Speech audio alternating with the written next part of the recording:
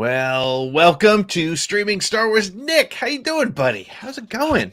I am here. I'm excited to be here. I'm a little off kilter. I had some technical difficulties. I couldn't get my earbuds to work, so I'm wearing cans tonight, as are you, by the way. I am. I Um, just, yeah. I and don't so know like why. I've got a cord running down my back, which is fine, but I'm also working with like uncovering one ear, because if I don't, I'll just scream at you the whole time because I don't have a whole in-ear monitor. Like, we're gonna be fine, and we're We're gonna gonna talk be about fine. Kenobi. We're gonna be, But yes.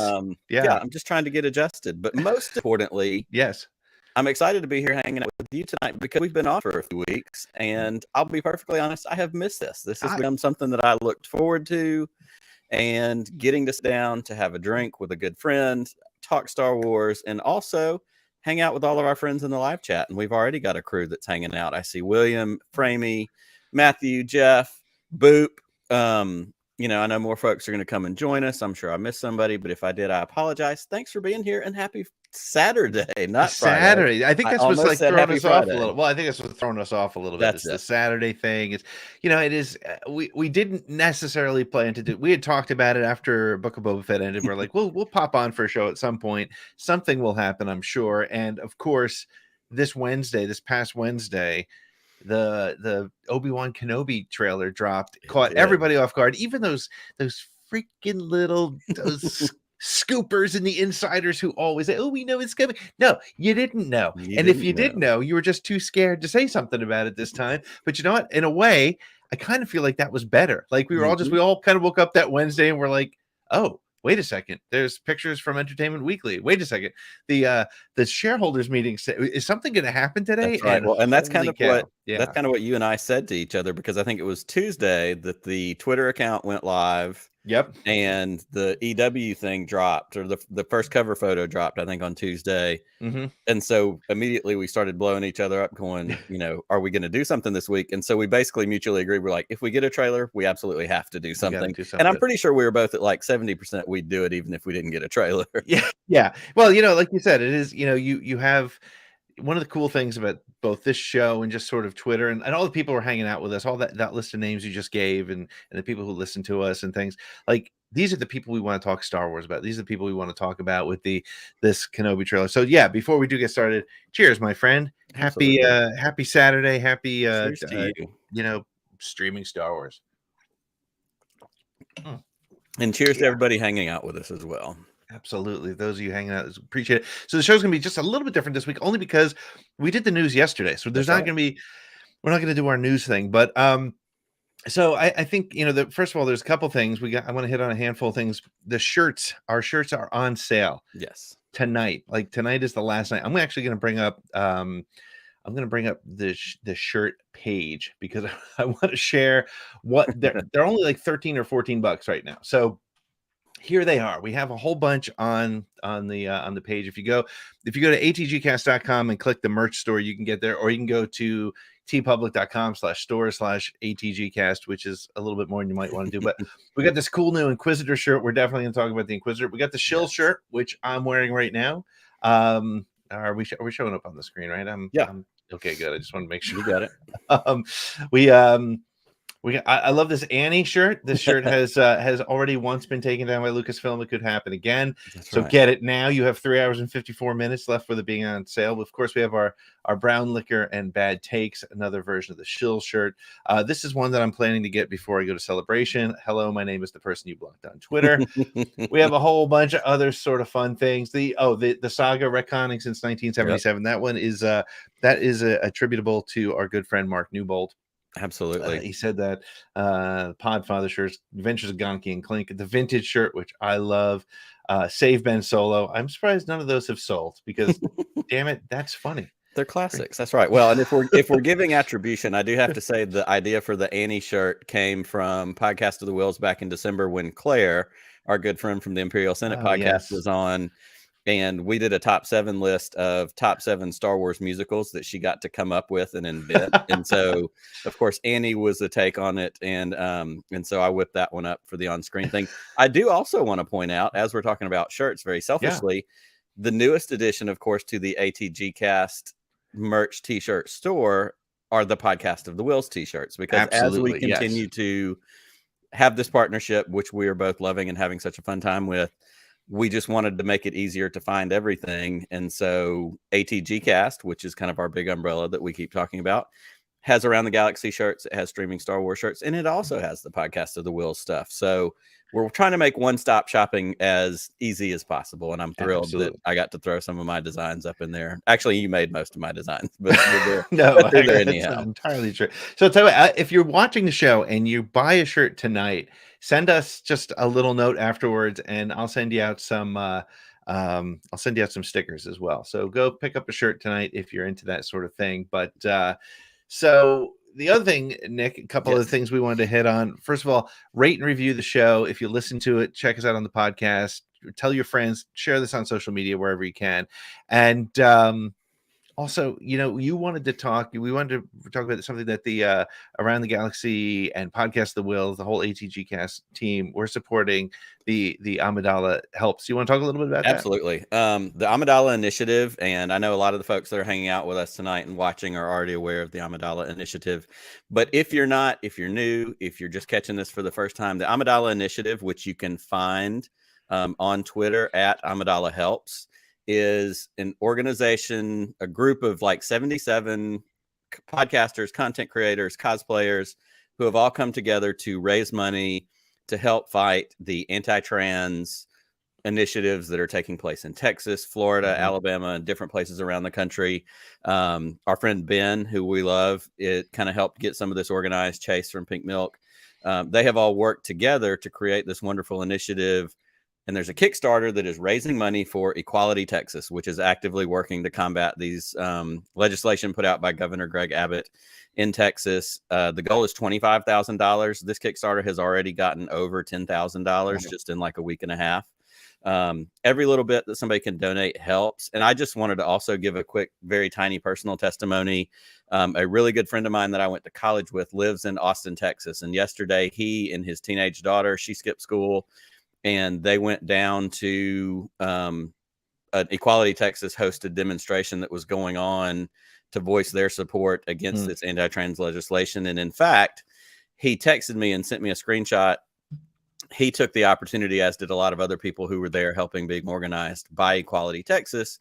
And he had the opportunity to read a statement on behalf of the parent of a trans child in this public forum, because at this point, parents of trans kids are fearful of speaking out because part of this legislation is that they could be investigated, that there could be, you know, governmental interference in their family life with their kids, that kind of thing. And so these statements were prepared on behalf of various parents and families of trans kids, and volunteers who showed up at the rally were reading those statements on their behalf. You know, trying to speak up. And Equality Texas led all of that. And he said it was a really powerful event and a great opportunity to be out there. So the work that is being done by the Amidala Initiative is actually happening and taking place. And I know firsthand from a good friend of mine that he was there to witness what they're doing. So if anybody will jump in, support that, throw any dollars you have at it, retweet, share with your feeds, your followers, whoever it is that you can connect with. It really is important because trans lives matter, trans kids matter, and we want to protect all of those people. Absolutely. Yeah. It's great to be, you know, it's great to see the Star Wars community all getting together behind something. And it's really amazing. You know, we've seen it a couple times, you know, specifically over the pandemic time, that we've seen the community come together for a cause that we believe in, that makes sense. And so this is great. Well, so, and shout out to my buddy Dan, who lives in Texas, for sending me that, because he didn't know that I was involved with this initiative in any way, shape, or form. He just knew that I'm an ally, that, you know, I support, you know, my LGBTQ plus trans brothers and sisters. And so he was really proud that his daughter wanted to skip school to go be a part of that. And he was glad to take her and participate in that. So he just sent me a picture from it. And then I got to share, you know, my half of trying to help whatever way I can. So I'm really thankful for people like Dan and Kennedy and, you know, everybody else out in the world that's doing this work.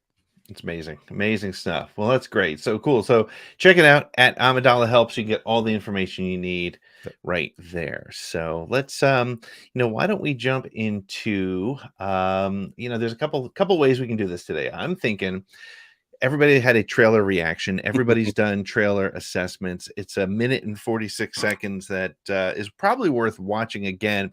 We'll pause it along the way. We'll make some comments along the way, and we'd love to hear from you in the chat what sort of things struck you. But I think the best bet is let's just bring it up. I'll pause it. We can kind of talk through it, and we can have a little fun with this, and then we'll do like we do every other sort of show. We'll react to it. We'll talk about the fan reaction, and then we're going to make some predictions as to what we think. Unpack it a little more. Exactly. So let me see if I can share my screen again. Getting better at this. Not perfect, but better. All right. I think we should be good. Here we go. If you don't hear sound, let me know. So here we go.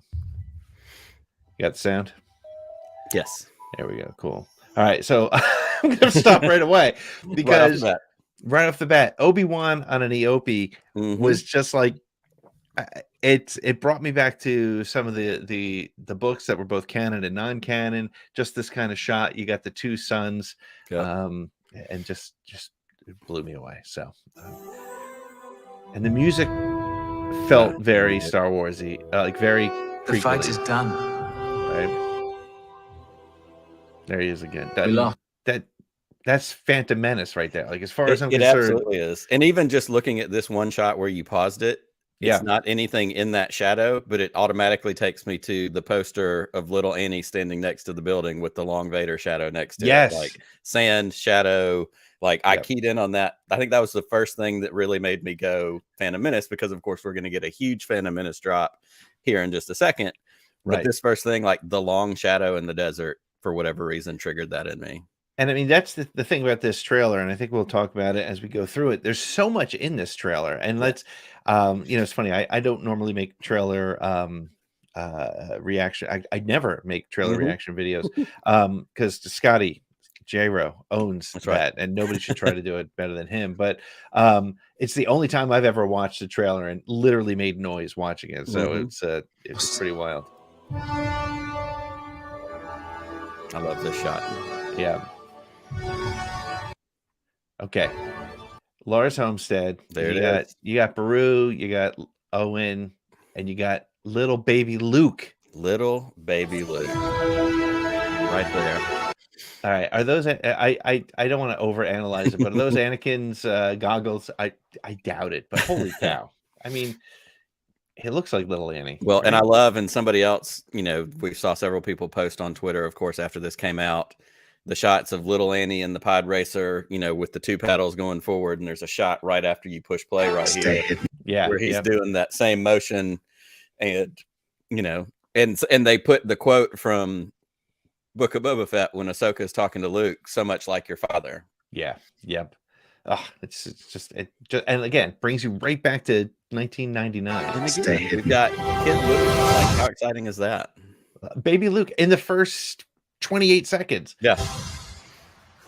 Oh, okay. Wait a second. Before we go there, I just want to say that I'm really glad that they aren't like trying to we're going to pretend that Luke's not going to be in this. They're just like, here he is. Just like, this is where. Well, and I think one of my very misguided predictions at some point was that we would get like a pull focus Luke in the background of like a marketplace. Right. Obi-Wan talking to Uncle Owen with this little cloudy out of focus kid in the background. And it was just going to be one of these little nods, not like just based on this trailer. There's going to be an actual actor portraying a young Luke Skywalker, which is crazy exciting. And I can't wait to hear more about that. Yes. Oh, yes, absolutely. So cool. And then this is where I went, I don't know what noise I made. I wish I was recording because in fact, when that happened, that was when I texted Scotty. I'm like, you have to watch it now, but record yourself because you're gonna lose your mind. Because Scotty, nobody loves the prequels more than Scotty. That's a proven fact. That's not an opinion. That is a fact. And Jeff is right. Duel of the effing fates. Duel of the effing fates. And I will say one thing that I've learned over the last couple days is that a lot of people don't know how to spell Duel of the Fates. They make it all D-U-A-L. And I want to correct everybody because I'm a grammar Nazi. And I can't do it. So, all right. The key to hunting Jedi. All right. If you've played Jedi Fallen Order, you've seen this before, which I didn't catch it the first time around. I was like, oh, that's pretty cool. And then the second time I was like, wait a minute, that's the thing from the That's right. thing. It had me frozen for half a second because, of course, my immediate thought went to Vader's castle on Mustafar. Right. It's very obvious that this is not Mustafar because there's water. Yeah.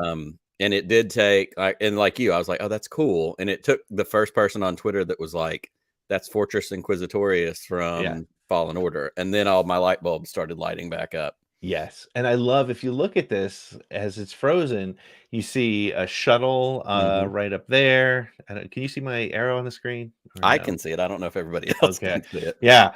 So you got a shuttle, you got a bunch of TIE fighters. So like it's an Imperial stronghold on top of everything else, which is super cool. It also reminded me of the Raft, which is the prison from the Avenger movies that are out in the middle of the Oh, ocean. yes. Yeah, Had absolutely. Raft vibes. Yep. Oh, that's cool. What are these fighters on the right side? I wonder. So many things to take apart. Just patience.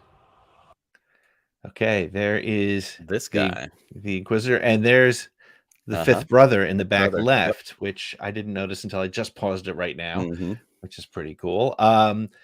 We are definitely going to talk about how this Inquisitor looks in a couple minutes for sure, but I was just excited to see him. I just was same. Yeah, it's the guy from Rebels. Yeah, it's the guy. It's that guy.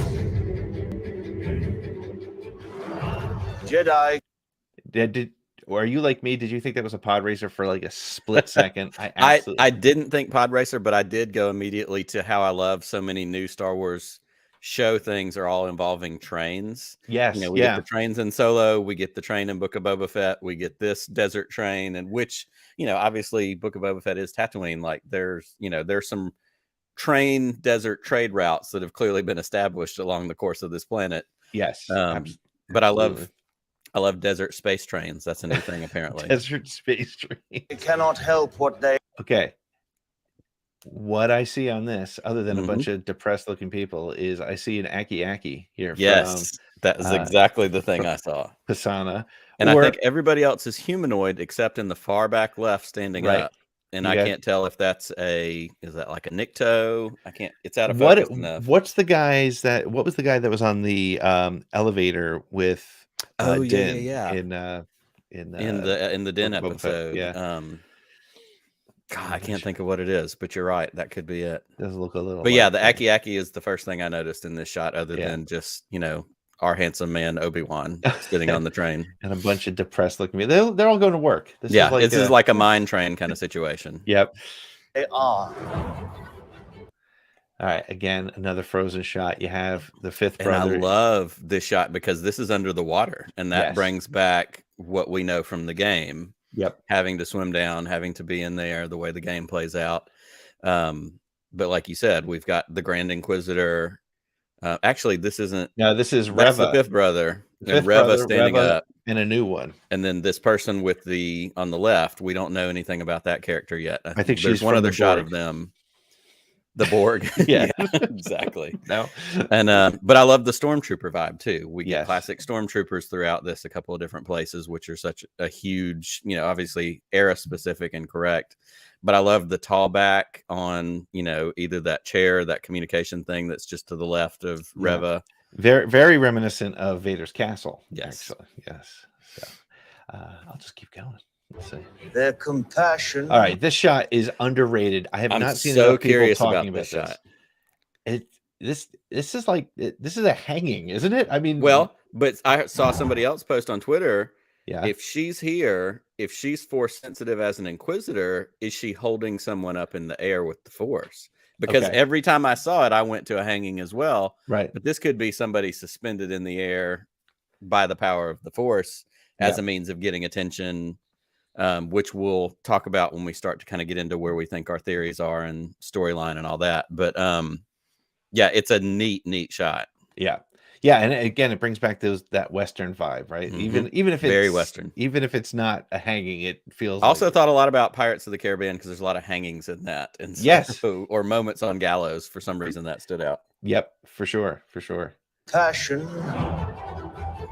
I mean, she just looks like a badass, and how is Owen in the middle of this?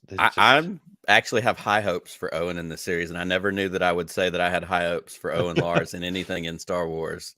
And we will unpack that in a minute as well. But yeah, there are several key shots of Owen in this trailer, which, hopefully feeds into we're going to get some good character stuff out of him. Absolutely. Let's see. Leaves a trail. I did not do the Aurebesh The translating.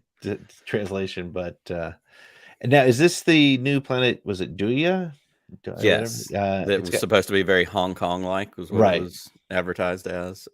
Stay there 1 second. I'm going to get us what this says. Aurebesh. I should save this on my phone as much as I look these things up. Aurebesh to English. Yeah, seriously. All right, the bottom one is an R. Mm-hmm.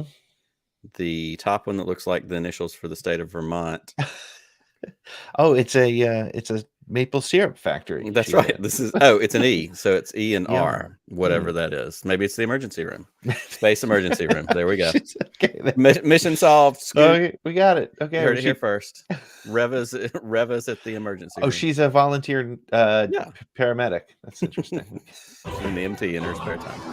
The Jedi code is that landing? That's landing in Tatooine, right? Mm-hmm. It's got to be. It's like an itch. And this is what's her name? She's I can't remember the actress's name. But she was the connection to her is she was also in Game of Thrones, and she was in all the scenes, a lot of the scenes. She's the Sand Sisters' mom in Game of Thrones. Yes. Ilaria Sand is who she was in Game of Thrones. So she was directly related to Pedro Pascal's character. Yes, which is correct. kind of an interesting connection. But she's I mean, that's like a classic comic book version of a Imperial officer. Code cylinders, insignia, that blaster that has become a newer era version of, Imperial signification. Yep, just angry about everything. Itch. And there, okay, now you can this see is that other Inquisitor, right? Yeah, there. She's got some sort of,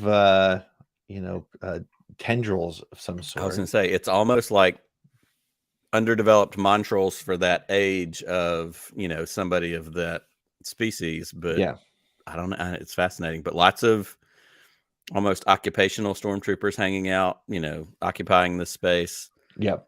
This feels very much Blade Runner to me. Mm-hmm. Like I love that Blade Runner vibe. At the little noodle shop, getting the eyeball. You cannot help it. Okay, here now. This says, I think somebody said that this robot. It says Ted on his. I love that on this thing there. It's a brand new type of droid that we've never seen before, and I think this is a misdirection shot. Hold on, I'm gonna look. NED, Ned. Yeah, Ned. Yep. Well, and this shot, when they pan out from the shot, there's an intentional shot of something in. I think it's in the droid's hand. Yep, and I think it's a misdirect because I don't think it's the same. Okay, stormtrooper. But I haven't figured out what that thing is that is in whoever's hand that is. Let me see if I can pause it just right here. That what is? It looks like, I don't know. It looks like a hammer of some sort. Maybe. And that's every time I've seen it, it's got some weird like hammer vibe or like a blaster held, the wrong way with the butt, the stock the other way. Yes. And now speaking of butt, I think one of the things that is interesting about this shot is that is not traditional Imperial Stormtrooper armor. A lot of people say that looks like clone armor. Mm-hmm. I'm not as much of a student of the armor as I would like to be. But that I can definitely say without question, the first thing I noticed it was not regular Stormtrooper armor. Maybe it's a droid or something. I was gonna say, is it that droid though? And I think that's why, of course, with a trailer cut of any kind, they can jump anywhere they want to. Right. But now I'm thinking back to that other droid we just saw, and does the top half have a flow that matches this bottom little bit? If you could go back like 5 seconds. Yeah. I don't know. It might. It might. Yeah, it could be that. And, is this some sort of droid that Obi-Wan has some sort of allegiance to that, again, we have no idea. And that's the way trailers work is they put a bunch of stuff together to get you in and none of it connects. But this trailer, and we'll talk about it in a second, definitely has me much more in than the Book of Boba Fett trailer had me in. So. Without a doubt. There she is jumping. Where is he? Spinny right. sabers, and that's a good pause right there. Good job. Oh, thank you very much. Yes, the spinning saber, the problematic in some people's eyes version, but this guy right here, there has been speculation, and I've seen the comparisons, and I normally don't go down to this forensic level, but that looks a lot like it could be the back of Tamora Morrison's head. Yes. There's some stuff that happened here in the back. Could be removal of a chip, perhaps, or something like that. Could be anything. So could be Sarlacc damage. Could be yes. I like what William said. Just to call this up, talking about that bit we were at just a second ago. Definitely could be clone armor. The Empire had to transfer slowly away, step by step, to the newer armor. So yeah, right. I mean, anything's on the table. But I love that idea. Yep. And I love that he's like interrogating whoever this is with the where is he? And very publicly, like this is in that, Blade Runner alleyway or wherever it is. You've got troopers around. Yeah. Spinning around his and helicopter spinning saber, it, it kind of is like the Maul reveal in Solo. Like he didn't have to ignite it to tell us who he was, but we're going to do it anyhow. We're going to intimidate this guy.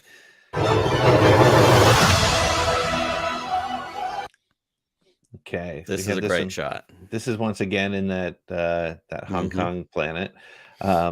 It's so funny, and again, we'll talk about this in a minute. People are already complaining about what Kang looks like here, but I mean, come on, it's a blurred shot. It's not even finished footage, probably.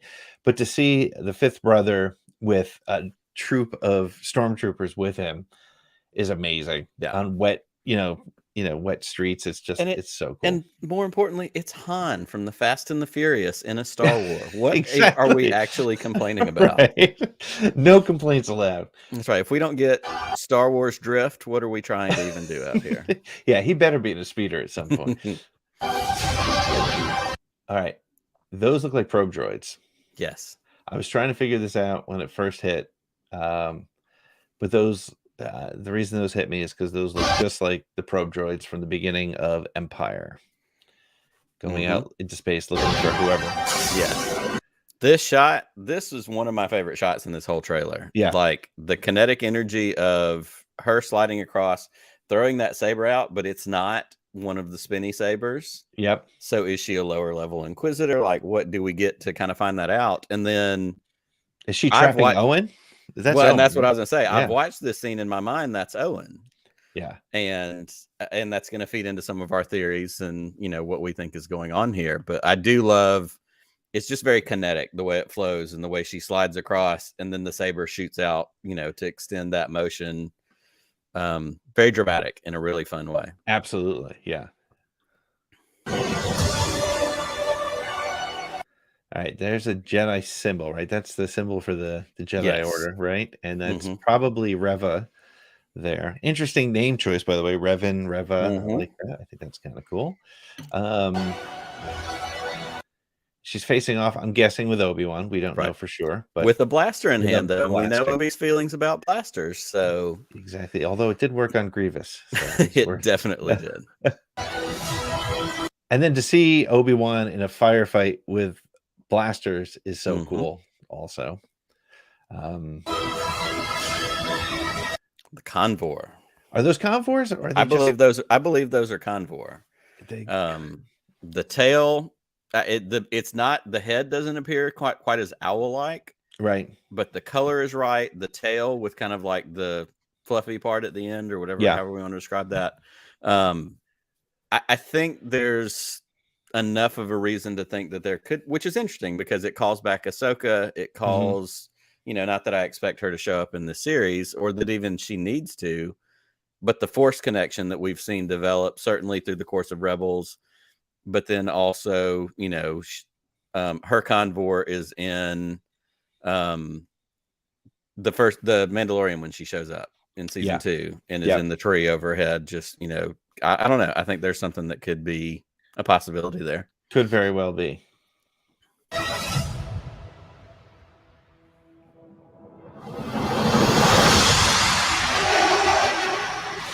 Vader breathing.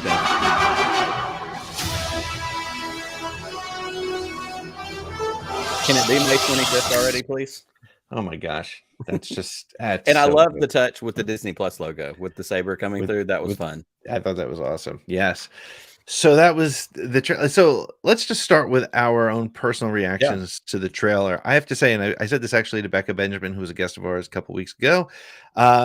It brought me back 20 years, like more so than again, the Mandalorian season 2 trailer, we all talked about how it was kind of whatever. It just Right. sort of gave us flashes. Mhm. The Book of Boba Fett trailer, I don't think anybody was excited about. Everybody thought it was cool. It was good to see Boba Fett, but it told us nothing.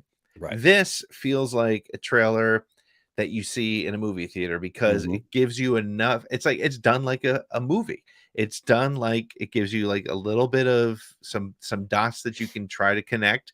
It doesn't give away anything, but it tells you enough to be like, okay, you thought it was going to be Kenobi just sitting in a cave looking at Luke for 20 years, but something went down, and we're going to show you what that was. Yeah. And I think that's pretty wild. I agree. And I think that, and I love, because, the opening line, the thing we hear from Obi-Wan is, we lost. Yep. So this is post Order 66. This is him in hiding. This is, all the things that we know. And so I love those prequel connections. And for me, and you and I are of that similar generation, and how we initially received the prequels, we saw the trailer, we got excited. For me, the excitement of the doors opening in the Phantom Menace trailer, and the reveal in the trailer of the double-bladed lightsaber, like that was the thing that blew everybody's mind. Yep. For that trailer.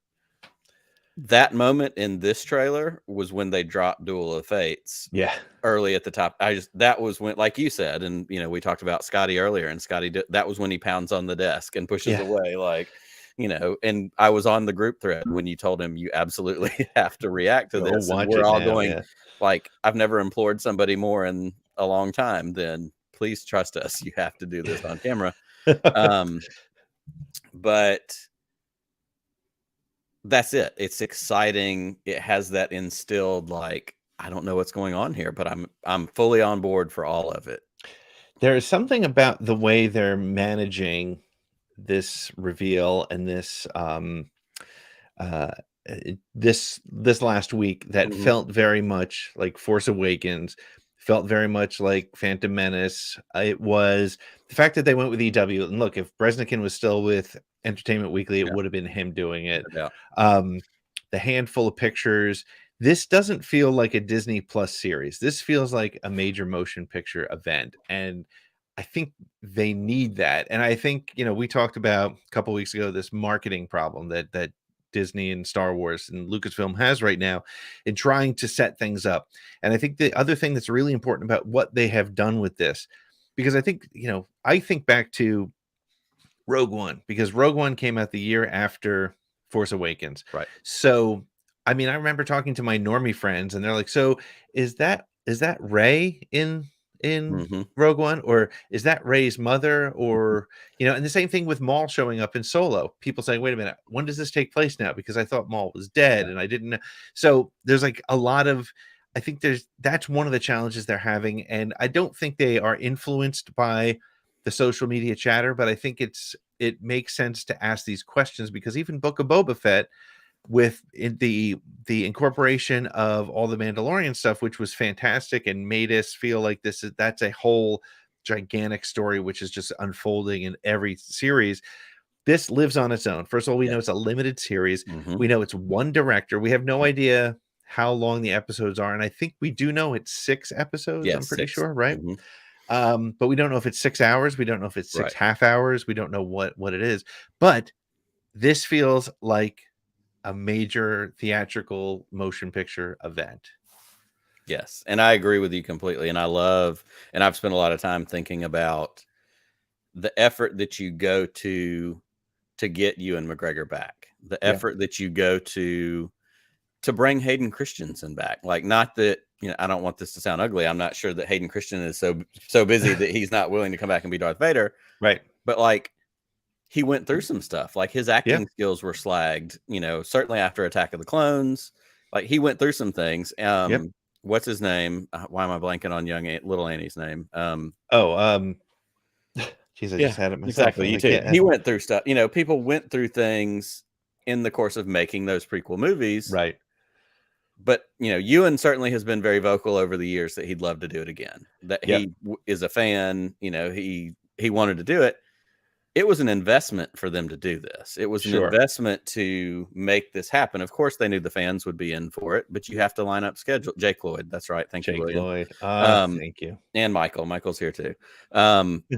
But so for me, and this kind of comes to the point about runtime, there's that really hopeful part of me that thinks if they've gotten to this effort to get Ewan, to get Hayden to do this thing, we're going to get like 6 good hour episodes. We're going to get like a 6-hour Star Wars movie broken up in 6 parts. Like, I'm really hopeful that we're going like 55 an hour. I mean, it's icing on the cake if we go over an hour for episodes, right? Because there is so much of a story to tell here. And we want it, but we also know it's limited series. There's no plans for this to be a season 2. There's no part of, it's supposed to grow and be bigger.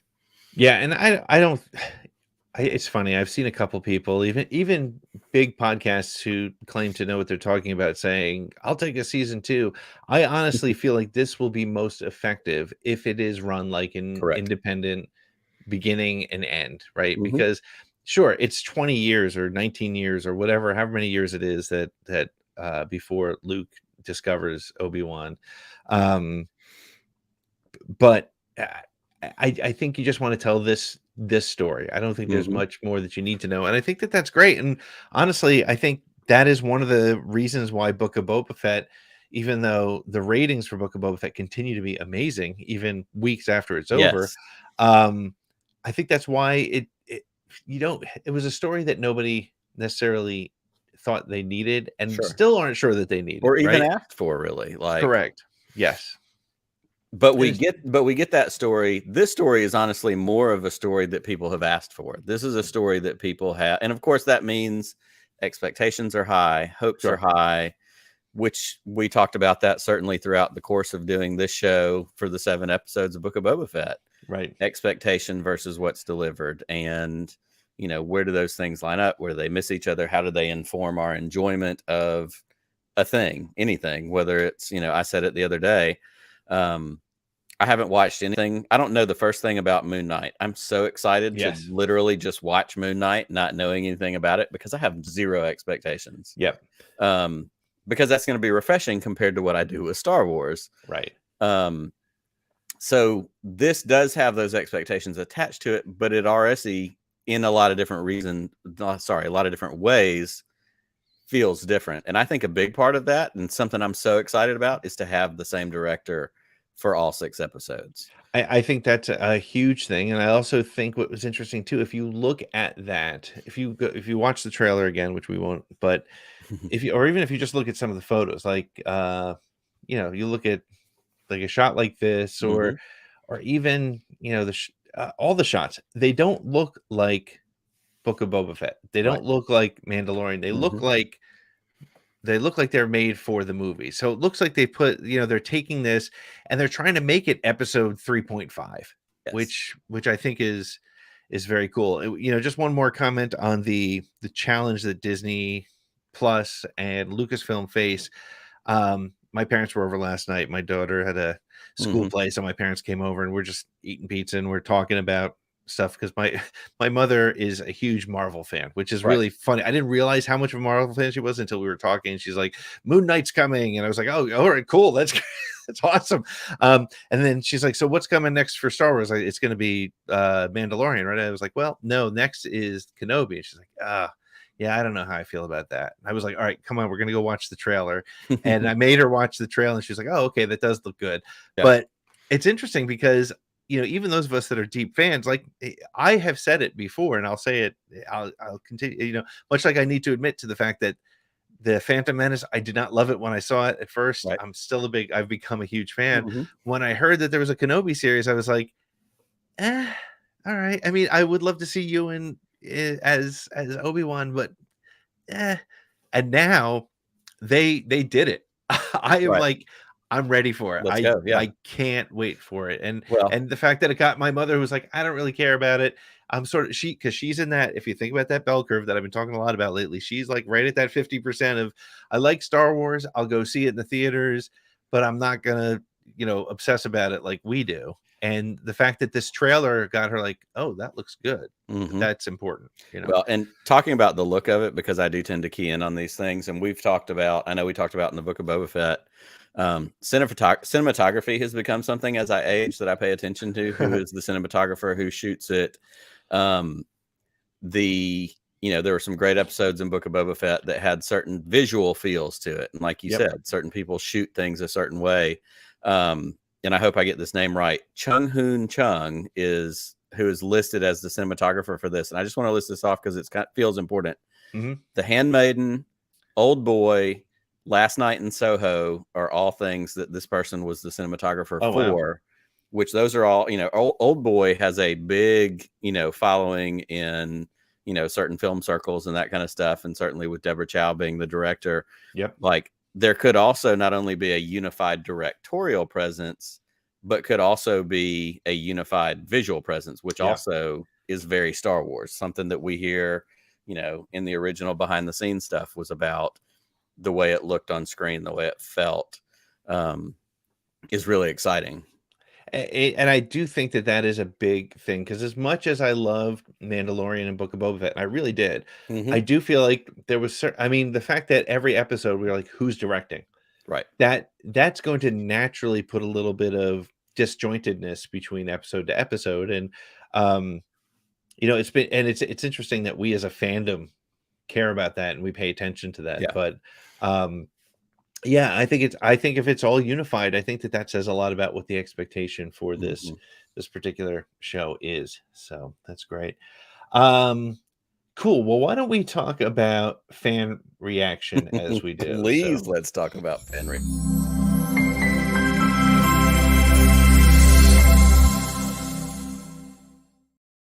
It never doesn't make me laugh when it says because fans just like to be mad, or people just like to be mad.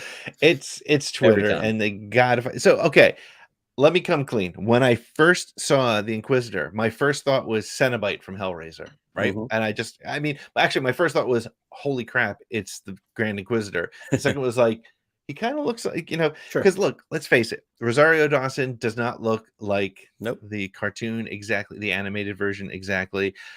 None of it looks exactly the same. It's a stylization. And if you think about it too, the first place to start this ridiculous argument about the fact that the Grand Inquisitor looks different is the fact that the style of Clone Wars and Rebels is an incredibly unique, stylized version of whatever, right? Yes. I love, and somebody put they put the meme up. In fact, I think it was in response to something that I tweeted, because I don't usually, delve into some of these arguments and complaints and whatever. You're a much smarter man than I am. But I also took a moment to go, and I did all the one-to-one comparisons of like, this is what they look like in animation. This is what they look like in real life. But I did enjoy the one where somebody responded back with all of the real world versions of people in the Clone Wars, like Christopher Lee versus what Count Dooku looks like in the Clone Wars. Right. And Sam Jackson versus what Mace Windu looked like. Those are really funny. Yeah. Because that door swings both ways. Like, let's be honest. We're literally talking about animation. Correct. And with Rebels in particular, which is where we get the Grand Inquisitor, is the heavily pointed, and of course this speaks my love language, Star Wars Rebels was an animated version of Ralph McQuarrie concept art. Right. And everything in Ralph McQuarrie is tall and lean and thin. And even the Vader, and I used that one in the little silly image I made. Right. The Vader in Rebels is closer to Ralph McQuarrie Vader. It's thin. That triangle part is a lot longer. And honestly, it's scarier to me. It's cooler looking. But it becomes the different version of, yes, exactly, the bigger eyes. It is. And so of course it's not going to look the same. It's not supposed to look the same. It's not supposed to. And the one argument, and then I want to hear your thoughts, the one argument people made was, but we've seen, is it Powan? Is that how we say? Yeah, they're from Utapau, the Powan. Yeah. They were in Attack of the Clones or Revenge of the Sith, whichever one of the sequels. There was one in there. But if you go back and watch those scenes, that is very practical effects, mask, rubber masking, whatever. But that person can't move. Like that person is doing like full body, like shoulder turns. But yeah, I mean, they literally have a collar that goes up to the back of his head. It on. Yeah. And what we know we're going to get in this series is somebody that's going to do action stuff. They've got a spinny lightsaber and they're going to fight someone. Like it has to be actually practical. Now, yes, I don't think it's Rupert Friend's Rupert Friend's fault that he has a rounder head than, let's say, Jason Isaacs. I think the deal was Jason Isaacs was busy. That's normal. That's fine. But I also think that my biggest response is, who cares? If this makes you mad, go away. Like I am yelling, get off my lawn about this particular issue. Like, I don't care if you don't like it. 100%. And I think the most important part to remember is how many people really care about it. Fart accidentally. I'm sorry. So I asked Twitter what they thought, and there it comes. We're done now. Let's just see what they thought.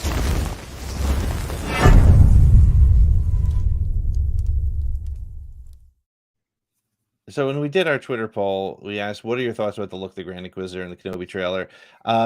Only 13% said really bad. Now, it ended up being over 300 responses. So it's a pretty decent number. And look, 41% said not great, but it's fine. And I would probably fall somewhere between looks good to me or somewhere between don't care and not great, but it's fine. Because honestly, does it look like the Grand Inquisitor that we saw in Rebels? Not 100%. But it's reminiscent. And again, it's the version of it that we're going to get in live action, which is totally fine. A quarter of people don't care. It just doesn't matter. I mean, and the thing to remember too is, again, the bell curve, the normies, the people in the middle who probably haven't seen Rebels, they're not going to care. They're not going to care. Right. My dad isn't going to care what his head looks like. He's going to call me at one point and go, that dude is scary. Right. Exactly. And again, the other thing to keep in mind too is this is like Sonic the Hedgehog, perhaps level. It's not finished yet, right? I mean, we're still literally like 6-8 weeks away from it. I mean, there's a good chance there will be some variations, and it was literally seconds on the screen. If that. And I will say, I think the one thing that could happen, and of course you could completely do this digitally, easy, without hesitating. The yellow eyes makes more difference to me than the round head versus the tall, elongated head. I agree. Those yellow bright eyes could make all the difference in the world. Totally. And it's, again, it's a choice. Now, the thing that really this is where my brain goes on this is just kind of this repetitive garbage that we continue to see from a certain part of the fandom. I mean, literally, there is a change.org petition to change the look of the Grand Inquisitor. Because there's not enough important shit going on in the world right now. Yeah, never mind, the Ukraine and trans children losing their rights. But this is really important let's put some attention on this. Let's elongate the head of a character that we've seen first. We don't even know. But what the problem is with this is, and the reason I care about it, right? People are always, I get this a lot. When I make comments about stuff like this on Twitter, inevitably I'll get a DM or I'll get a comment somewhere in my comment stream and people like, the more you talk about this, the more it's going to keep happening. You're giving oxygen to this fire. You're giving airtime to people who don't deserve it. But the problem is, these are the things that people start to take with them. It's when I think back to the guy that I met at the county fair over the summer, who I was wearing one of my ATG cast shirts. He was wearing a Star Wars shirt. We started talking, and he starts mimicking back the lines from Star Wars Theory and Geeks and Gamers and those sort of places.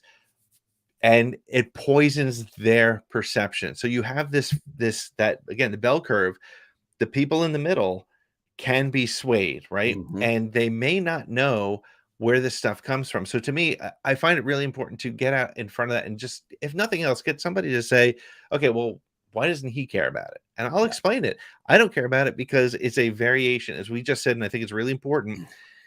Does Freddie Prinze Jr. look like Kanan? No, he doesn't.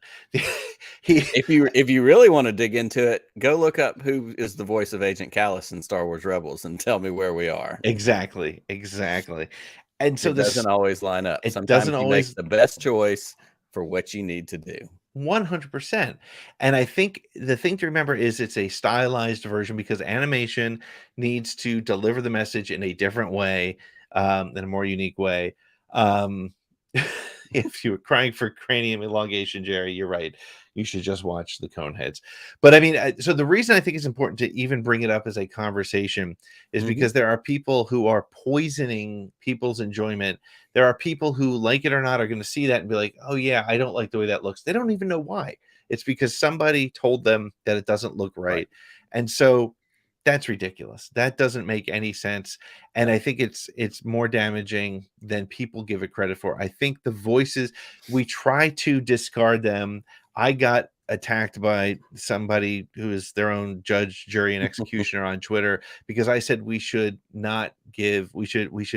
take a stand on these sort of things. And they said that it does. You have to, if you love Star Wars the way we do, as much as the Fandom Menace people try to tell me that they are the true Star Wars fans and they love Star Wars. If we want to continue to get Star Wars, if we want to continue to get the Galactic Star Cruiser, as you and I said, it may not be for us. It may not be, what we want to spend our money on. But if we want to continue to get that stuff, we need to make sure that the center isn't poisoned.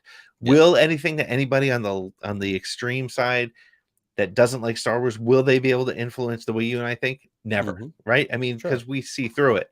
But it's those people in the middle that they look up Star Wars, news on YouTube and end up at Geeks and Gamers or Star Wars Theory or somebody who's negative. We need to make sure that we have a way to sort of buffer that. And I feel like I'm trying to fix the world and I'm really not. But these are the things that, because I care about Star Wars, and I think people need to be aware of what's out there. And maybe I'm wrong. Maybe I have the wrong perspective on it. Maybe I'm too worried about it. But that's the way I come down. Well, I think if we're really being mostly honest about it, if you just look at your shirt, that's the answer to all of the things that you say. You are clearly a shill. I'm a Disney shill. And shirts are available on sale now. Go to ADGcast.com. And please let me know when those checks start showing up, because if you will get those checks in the mail, then you can make sure that I can get to Celebration with your shill check. Absolutely. My shill checks, they equal up to, I get thousands of dollars a month from Disney just to have my stupid little Twitter feed. Just to be Pete, just to talk about Star Wars in a level-headed, normal way. Who knew? Exactly. But yeah, these shirts are on sale till the end of the night. Go get them. And if you get one, send us a note about it, and I'll send you some stickers to go with. Let us know. We'll send you some more stuff.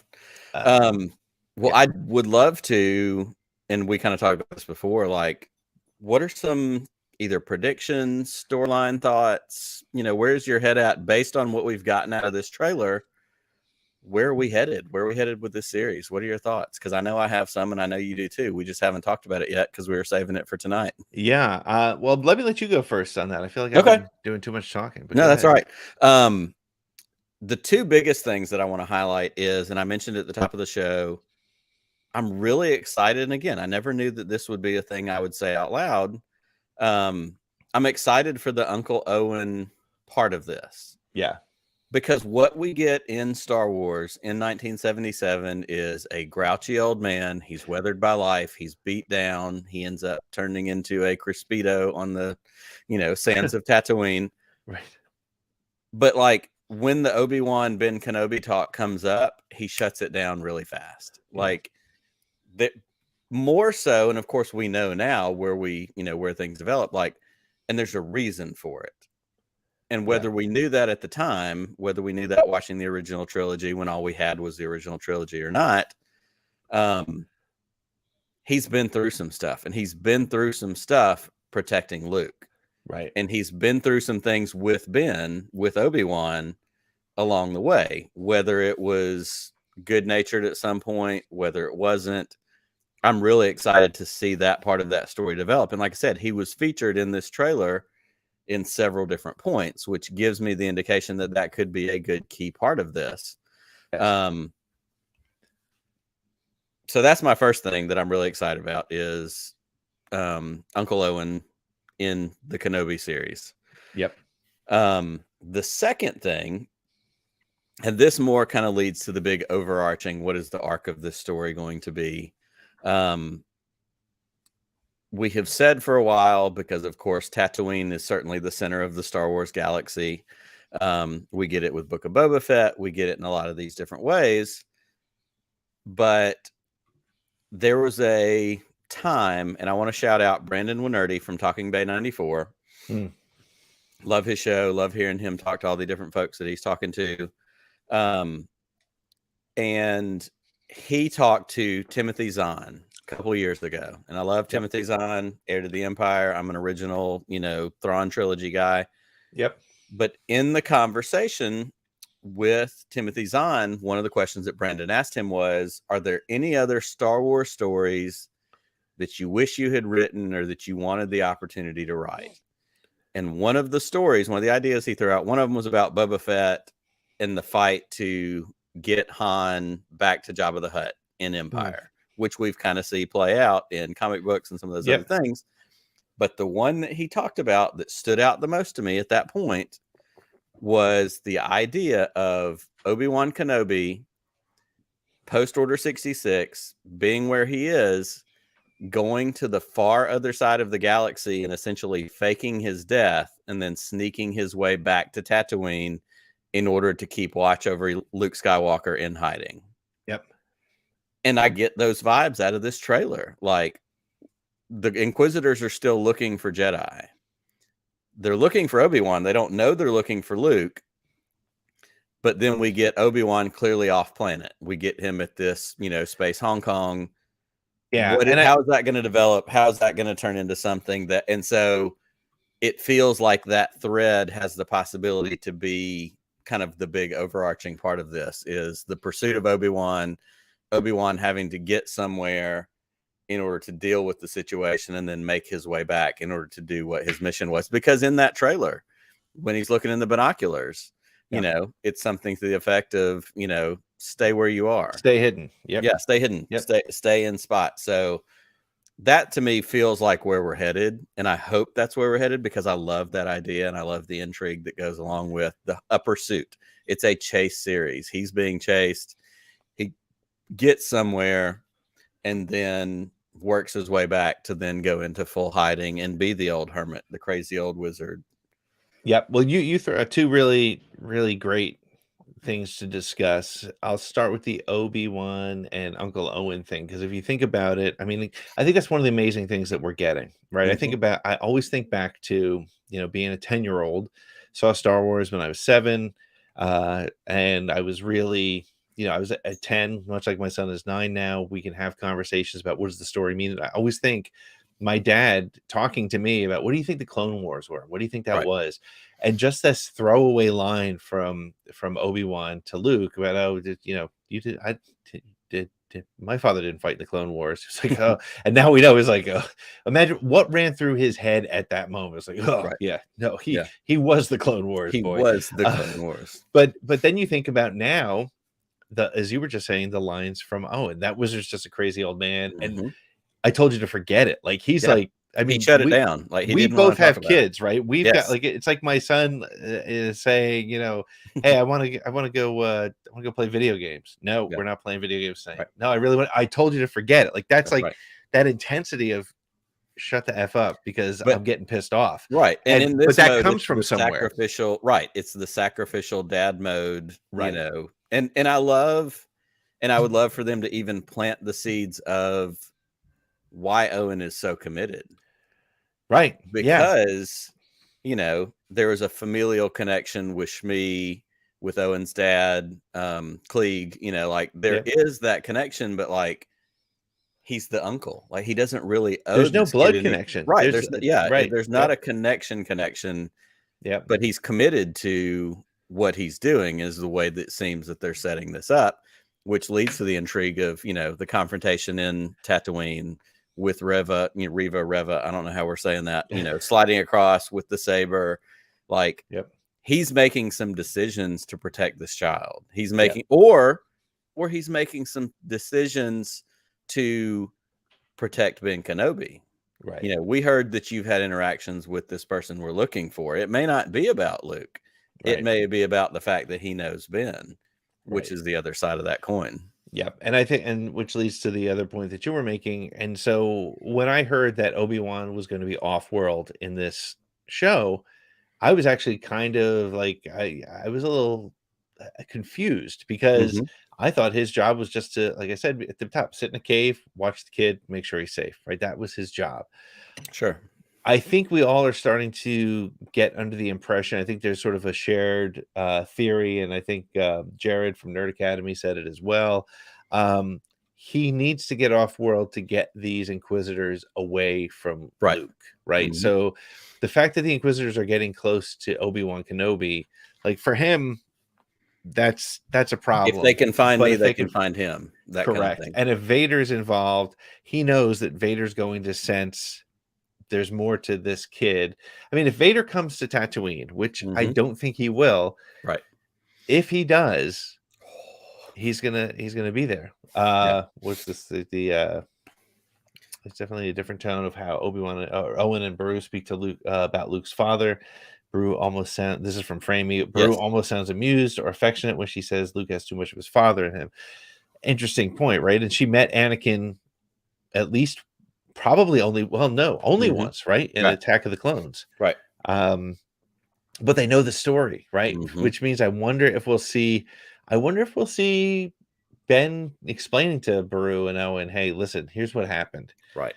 And the other question is, do we know if I wonder if we'll see Ben find out, Obi-Wan, Ben, find out that Anakin became Vader.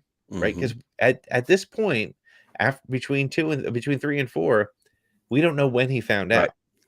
Well, and that leads us to the other thing that we haven't talked about or hit on at this point, but fits in with the part of the conversation we're in right now. Hayden Christensen is in this, and Hayden Christensen is in this as Darth Vader. We got the day after the trailer came out, we got the little teaser image of Vader seemingly coming out of maybe his, little pod chamber thing. Yep. There's going to be suited Vader in this. We talked about it a couple weeks ago, or you talked about it on Disturbances in the Force. Every Saturday, Disturbances in the Force news. Check it out. The interview that Ewan McGregor did talking about having scenes with Anakin. Right. So that portends flashback, that, there's a lot of different ways. What is the role, in your opinion, that Darth Vader is going to play in this series? Well, if you think about, what's so amazing about this, and I think this is why I'm so excited, because when you watch the trailer, first of all, the trailer brought me, like I said before, I said it to Becca Benjamin, it brought me back 20 years. It brought me back right back to the prequel days. But it's also got that amazing connection to the story that started it all. Right. So I think back to the things that Vader said I said on the Death Star. I sensed something, a presence I've not felt since. Right. So obviously that's Kenobi. He says Kenobi is here, on the Death Star. So all of a sudden, that's in and when Tarkin says, if he is, he must not be allowed to escape, and Vader says escape is not his plan. Right. So maybe he knows that he's protecting something, right? I mean, we don't know if I'm not that familiar with some of the canon that exists outside of screen sometimes, but do we know that when does Vader know he's got a kid? When does Vader know that he has a child? Maybe he finds out somehow. Maybe he just knows that Obi-Wan is protecting something. Is it? Yeah. And I'm trying to remember that. Isn't it in the Empire comic that Boba Fett is the one that tells him? Yes, I think you're right. Yep. Okay, I think that's the thing. I do want to, because this lines up exactly with what you're saying. Jared had another good point. Vader won't make it to Tatooine. Obi-Wan is going to cause so much chaos so as to fake the death in front of him, which is why Tarkin and Vader are stunned stupid in New Hope by being on the Death Star. It has to be something along the lines, like you were saying, where, they're all taken aback, that's him. Yeah, I like the concept and the thought that Jared has there of him faking his own death so that it appears that he's out of the picture and that the Inquisitors will stop chasing him and he can go back to Tatooine and finish his job. Sure. You know, Well, and and I've we said it. I'm sorry. Go ahead. no, go ahead. I was gonna say it's interesting when we went through the trailer. We talked about Obi-Wan and the blaster, and that scene in the alley. Also, that scene hiding behind what in the real world we would call like an HVAC unit, like on the roof of that building. In the ER. But we on the top of the ER building. George Clooney's downstairs. It's fine. But there's no lightsaber. Right. There's no Obi-Wan with a lightsaber, which I'd be really surprised if we get 6 episodes of this series and we don't see Obi-Wan use a lightsaber. Oh, yeah. Yeah. But there's also credence to the thought of this is a man who's trying to be in hiding and he's trying to figure out a new way to do what he needs to do, be what he needs to be without giving himself away, which, you know, feels like a teeny tiny nod towards Kanan, who was in hiding in Rebels. And part of the lore of Kanan Jarrus is that he carried his lightsaber in 2 parts on his belt so as not to give away the fact that he was a Jedi. Right. Obi-Wan's older than when he shot Grievous with a blaster and said so uncivilized and all that kind of stuff.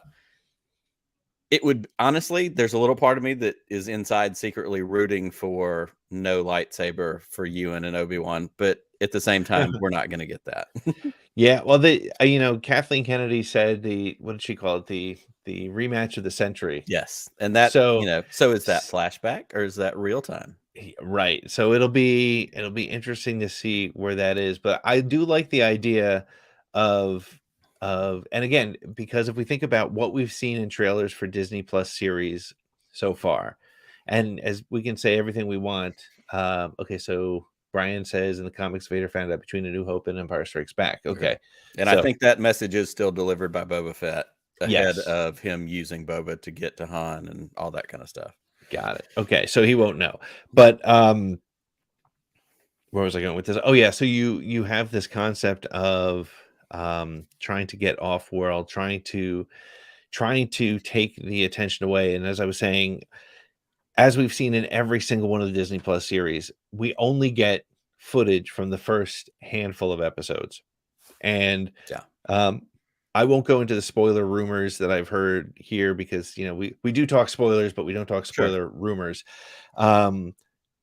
So there's a whole other story that apparently goes along with this potentially than just him running. And maybe for whatever reason he does run, whatever it is. Either way, the fact that he's off world and has to come back and at some point will face Vader. I think the question remains too, how big a role will Vader play in this? Right. And I think, you know, a lot of people, you know, I'm not a detective, but the fact that Ewan McGregor said something, I'm going to get the quote wrong, but he said something like, I'm on set. It's me as Obi-Wan. It's Anakin. It's Hayden as Anakin. So this has to be flashbacks. This has to be seeing some of that old stuff, which does open the door to Ahsoka. It opens the door to clones and the rest. The question that I do have though, and when I think about this series is and it's more the state of Star Wars right now, how much of you know, it's impossible to call Clone Wars and Rebels peripheral stories anymore, right? Those are embedded in the code of Star Wars now. But how much of that stuff are they going to go into, and how much are they going to, for a series like this with Ewan McGregor and Hayden Christensen, these you know, these A-list actors, how much are they going to have people rely on knowing that content? How much are they going to need to know about Rex or Cody? How much are they going to need to know about the Clone Wars series? And that is just an interesting concept to me that I'm very curious to see how they execute, because I think you can easily explain the Inquisitors, right? I don't think you do that in your first episode, and that's maybe how you introduce Vader. Maybe he's talking to the Inquisitors. We know there's Jedi alive, and there's your probe droids trying to find Jedi. Go find them and hunt them down. That's a cool storyline. You don't need to have ever seen Rebels or Clone Wars to know that. But the connections to Ahsoka, the connections to the clones Will we need to know that in order to Mhm. fully get everything out of the series? Okay, so we have a couple, and this I'm thinking about this as you're talking about the series, and we're talking about the characters and the different things. My mind started to go to that place of, okay, we've seen a trailer now. Yep. Who are, because a year ago, 6 months ago, 8 months ago, we got that kind of screenshot of a bunch of the actors that were cast in this. Yep. Rupert Friend was on that. Joel Edgerton was on that. Bonnie P.S. was on that, who plays Beru. So, Yep. we know who she's going to be. But my mind went to, first of all, because I love him in a lot of different ways, we haven't seen Kumail yet. Yeah. We don't know who Kumail is going to be. We haven't seen O'Shea Jackson, who is Ice Cube Jr. We don't know what his role is going to be. Yep. And so I predict O'Shea Jackson is Ned, that giant droid. Nice. That's my prediction. That. Yeah. And then we've got a couple other folks. We've got Simone Kessel, who was in Farscape and CSI Miami and Fringe. We know who Sung Kang is going to be. We know who Rupert Friend is going to be. We have Indira Varma, who is that Imperial officer. She's the one from Game of Thrones. Let's see, Bonnie. I was scrolling back through this because it hit me. Moses Ingram is going to be Reva, however we're saying that. Hayden, Obi-Wan, Ewan. So most of those have been filled out. Yep. But there's still a couple of wild cards out there. And, of course, everybody, is Kumail going to be grown-up Kitster? I mean, there's a part of me that's fine with that. But I love Kumail, so give him something fun to do. Give him, a lightsaber or a blaster. Or that whatever. would be kind of a cool connection, though, right? Because if he is, Kitster was allegedly Anakin's best friend as a child. That would be kind of a cool thing to do, right? So some sort of connecting point. It just hit me while you were talking about that. I think these other handful of people. I think that's really interesting, and I think that the one that we didn't talk about, and it might be a good one to talk about and wrap it up, is Liam Neeson. He look the I would put a month's salary on Liam Neeson appearing in this show. Absolutely. I think it's, and in fact, the one picture they showed of Obi-Wan in the cave, I think that's where we get him. I think that's where he learns to commune with the Force. And I think the thing that's so great about this, and I've said it for years, if you listen to Around the Galaxy, you'll hear me have talked about it with different guests about it. I talk about Alec Guinness doing the best accidental acting of all time. When Luke says the droid claims to be the property of Obi-Wan Kenobi, and Alec Guinness is like, oh shit. Like, this is that moment. Yep. And it's this realization that everything he's prepared for is about to go down. It's about to have so when he learned from Qui-Gon to commune with the Force, because I'm going to have to continue to help this kid. And when he faces Vader, he knows this is the moment I have to sacrifice myself so I can continue to help this kid finish what he started, right? To quote those Kylo. chickens are coming home to roost, as they say. Exactly. So I think this is what is going to make this whole, like, you are never going to, much like I was talking with my last guest on Around the Galaxy about how you stop, like, after watching the Clone Wars as the series, in Revenge of the Sith, when Anakin decides that he's going to go and save the pilots behind him, like, when you first saw Revenge of the Sith, you're like, oh, he's just being reckless. But after watching the Clone Wars, you're like, no, because those are his friends. Those are his comrades. He cares about them. Yep. And again, you're going to watch when Owen is telling Luke, that Herman's just a crazy old man. I told you to forget it. You're going to know why. And it's going to change everything. And I think that's what's so exciting about this. It is episode 3.5. Yes, it is. Yeah. Well, and I can't believe that, having watched the trailer, the amount of times I have this week, having this conversation, texting with you, texting with our other friends about it, I can't believe this thought didn't occur to me until just now in this moment, listening to you talk, and also listening to or seeing Framey post. I've never seen such a devotion in a droid before. This guy. Yeah. Like, if we don't get R2 in this show, like, I need 5 seconds. Give me that passing. Like, again, my favorite not trope. mashing up of two sci-fi properties. I talk about it all the time with Ender's Game and the concept of the speaker for the dead. Yeah. R2D2 is the speaker for the dead. He is the narrator. He is the witness to this entire story. That's why it starts out in New Hope with him and Leia at the opening moments. Yeah. It ends with him in Tross with Leia's side as she dies. Like the witness to these things. And so, like you said, that realization moment and, seeing all that R2 has, and his memory hasn't been wiped. We get that in the story along the way because he is the one chronicling these things, seeing them along the way. And this is another part of that story that we get out of order, but we still get the story. So, and I mean, how cool would it be? Yeah, how cool would it be if the reason R2 knows where to go when they get out of is because he's been there before. He's been there before. And look, it's Obi-Wan is the guy who told Luke that everything is from a certain point of view. Right. So to pretend he never saw R2 is not shocking. No, right? Not at all. A lot of people joke, like there's those common memes about, I don't ever remember owning a droid and R2 being like, the hell you didn't, right? 27 shots of R2 and Obi-Wan, yeah. But hey, I mean, R2 is, let's add a little bit more to that. R2 is not only the speaker of the dead, he's also maybe the smartest character of any Star Wars character. Correct. He knows when to shut up. He knows when to do what he needs to do. And maybe he played dumb, because remember, he knows that 3PO got his memory wiped. He knows that he can't tell this. He can't be like, hey, oh yeah. I would say I love this from Framey. R2 even has the backups for 3PO. That little droid literally knows everything. He really does. He does. But yeah. So no, I think as we wrap up here, honestly, we are on the precipice of really kind of the promise of what Star Wars can be. Look, as much as we love what's happening with the Mandoverse, and it is so cool. It is really, the Book of Boba Fett was a really fun show. And there's so much coming with Ahsoka and those things. This is really this promise of telling the stories that really do reach everybody, right?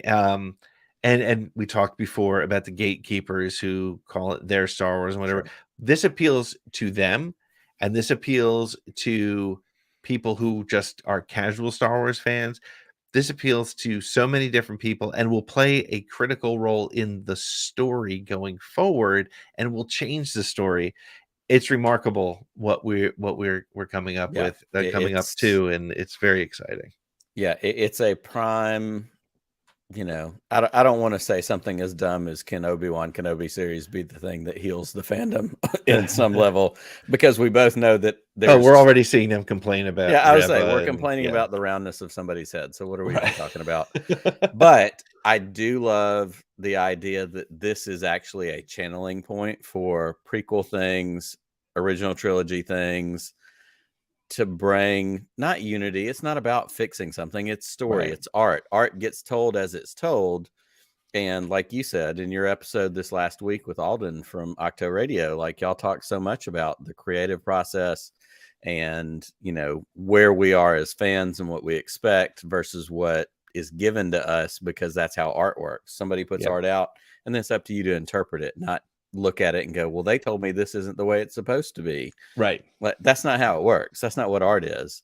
Yeah. But I do love the idea that this gives us the opportunity to bridge prequels and original trilogy to what we've always said. What happened in those times? We knew there was a gap in that time, and we're literally getting that. And if you told me that 20 years ago, I'd been like, I mean, that'd be amazing, but I don't know.